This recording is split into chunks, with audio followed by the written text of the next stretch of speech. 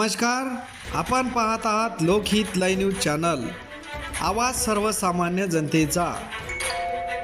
उमरखेड शहरामध्ये विविध विकास कामाचा भव्य भूमिपूजन सोहळा संपन्न।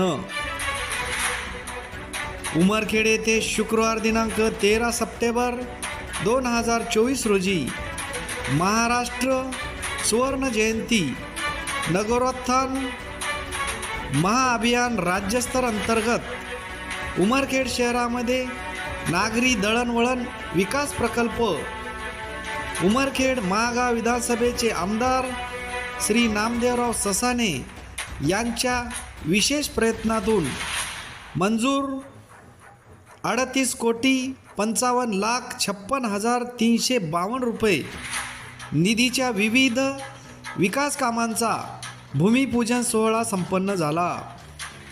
या कार्यक्रमाचे उद्घाटक आमदार श्री नामदेवराव ससाणे, उमरखेड महागाव विधानसभा प्रमुख उपस्थिती पुसद यवतमाळ जिल्हा समन्वयक नितीन भाऊ भुतडा, किसनराव वानखेडे, सचिन भाऊ आरडे, भाविक भाऊ भगत, अतुल भाऊ खंदारे, सविताताई पाचकोरे, सागर भाऊ घुगरे, विश्वपाल धुळधुळे, पवन भाऊ मेंढे, शैलेश मुंगेसर, चंदू पाटील वानखेडे, आनंदराव चिकणे, लोमटे सर, महेश काळेश्वरकर, संजय भंडारी सर, प्रकाश दुधेवार सर, अश्विन कन्नावार, सचिन भाऊ डोंगरे, कुंडली कुबडे, दिलीपजी सुरते, ॲडव्होकेट जितेंद्र पवार व शेकडो नागरिक व कार्यकर्ते उपस्थित होते। लोकहित लाईव्ह न्यूजसाठी विजय कदम।